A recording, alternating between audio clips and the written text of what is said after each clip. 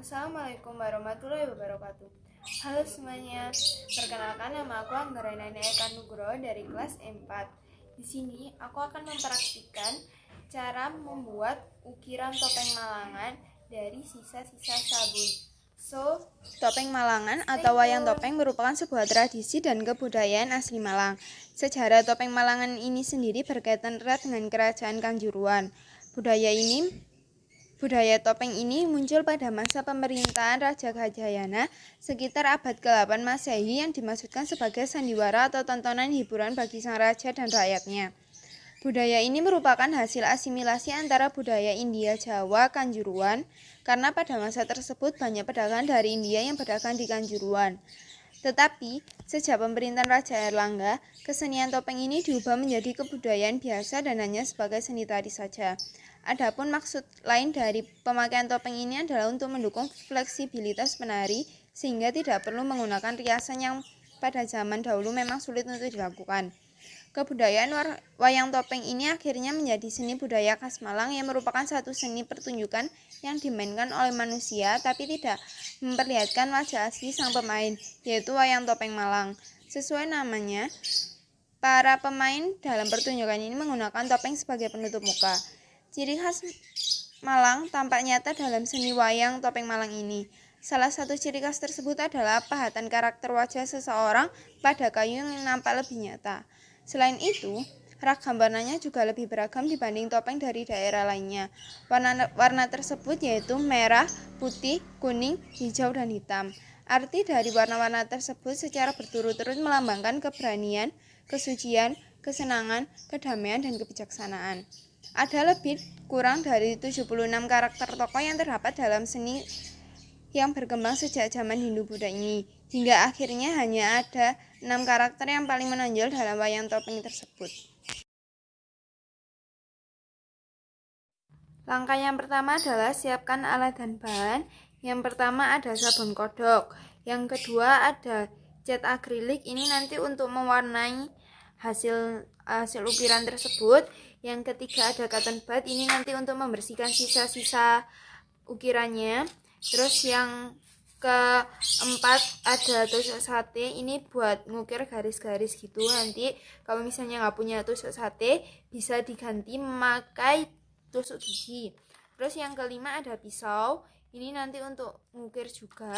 Terus yang keenam ada kuas. Langkah yang kedua adalah membuat sketsa. Di sini saya akan membuat sketsa salah satu tokoh topeng Malangan yaitu Dewi Sekartaji. Langkah yang ketiga adalah yaitu membuat sketsa yang lebih detail dari tampak depan dan tampak samping. Langkah yang kelima adalah kita sudah memulai untuk mengukir. Kita mengukirnya dari bentuk wajahnya dahulu.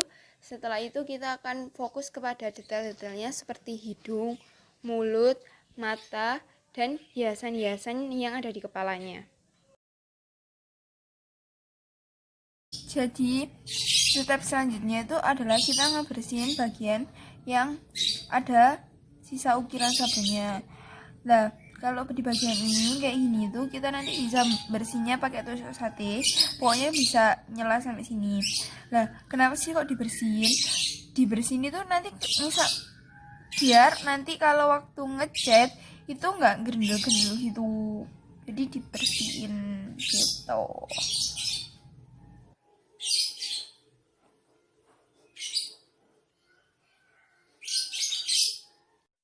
Tahap selanjutnya adalah tahap pewarnaan. Jadi ini diwarnai menggunakan cat akrilik, karena kalau misalnya menggunakan cat lain takutnya nanti sabunnya itu nanti kayak meleleh gitu, kena air. Lah jadinya pakai cat akrilik. Ini juga akriliknya nanti nggak usah dikasih air, jadi langsung aja. Terus ini nanti pewarnaannya sesuai dengan sketsa yang udah kamu gambar di tahap pertama. Ini adalah hasil akhir kerajinan ukiran topeng Malangan dari limbah sabun kodok.